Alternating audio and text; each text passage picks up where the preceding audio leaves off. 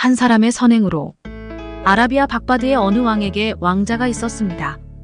8살쯤 됐을 때 왕자는 강에 나갔다가 그만 물에 떠내려가서 행방불명이 됐습니다. 왕은 군대까지 동원해서 찾았으나 헛수고였습니다. 왕은 왕자의 시체라도 찾아주는 사람에게는 후한 상을 주겠노라는 광고까지 했습니다. 그런데 며칠 후 멀리 떨어진 강의 바위에서 시체가 아니라 살아있는 왕자를 찾아냈습니다. 왕은 너무 기뻐서 어쩔 줄 몰랐습니다. 그리고 무엇을 먹고 어떻게 살았는지 물었습니다. 그러자 왕자는 바위에 걸려 목숨을 구했으며 매일 정해진 시간에 어김없이 물에 떠내려오는 봉지가 있었고 그 속에는 빵이 들어있었다고 대답했습니다. 왕은 수소문에서 그 빵을 내려보낸 사람을 찾아냈습니다.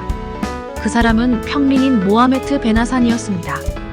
왕은 베나산에게 물었습니다. 자네는 어떤 이유로 그런 선한 일을 했는가? 그러자 베나산은 속담의 양식을 물 위에 던지라 그리하면 몇 날 후엔 찾으리라 는 말이 있기에 한번 시험해 본 것입니다. 라고 대답했습니다. 한 사람의 선행으로 한 생명이 귀하게 다시 살아가는 힘을 얻을 수 있습니다. 누군가의 이웃이자 친구가 되어주기를 주저하지 마십시오. 강도를 만나 죽어가던 한 사람을 도와주었던 사마리아 사람처럼 다른 사람에게 선한 일을 베푸는 그리스도인의 삶에 대해 생각해 보겠습니다. 오늘의 말씀 누가복음 10장 36절 37절 찬송가 287장 435장. 내 생각에는 이 세 사람 중에 누가 강도 만난 자의 이웃이 되겠느냐 이르되 자비를 베푼 자니이다. 예수께서 이르시되 가서 너도 이와 같이 하라 하시니라. 오늘날 세상에는 생각보다 많은 사람들이 스스로 자신의 생명을 포기합니다. 그런데 대부분은 그들이 어떤 고통을 겪고 있는지 주위 사람들이 모르는 경우가 많습니다. 만약 누구라도 그 사람의 어려움에 대해 알아주고 이야기를 들어주었다면 아까운 생명을 잃지 않았을 수도 있었을 것입니다. 하나님께서는 이 세상에서 고통받는 사람들을 살피십니다. 하나님께서는 세상 속에서 기댈 곳 없고 괴로워하는 사람들을 불쌍히 여기십니다. 그래서 그들이 하나님을 만나 자신들이 겪는 아픔에서 벗어나고 새로운 삶을 살기를 원하십니다.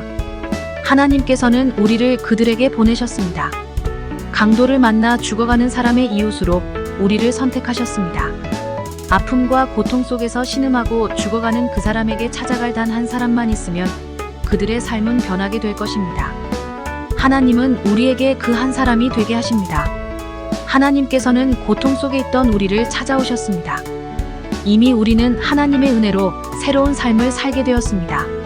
그 하나님의 은혜를 잊지 않고 우리 주변에 있는 마치 강도를 만나 죽어가는 사람들에게 나아가야 합니다. 그리고 그들에게 주님의 선하심을 나타내어야 합니다. 이 세상에서 힘들고 어려워 자신의 생명마저 포기하고 싶을 때 그들의 영혼을 위해 찾아오는 한 사람이 없어 고통 속에서 살아가는 사람들이 있습니다. 눈을 들어 그 사람들을 바라보십시오. 그리고 하나님의 마음으로 그들을 찾아가 주님의 마음을 나누시길 바랍니다. 오늘의 기도. 주님, 우리 주변에서 고통받는 사람들을 돌아보게 하옵소서.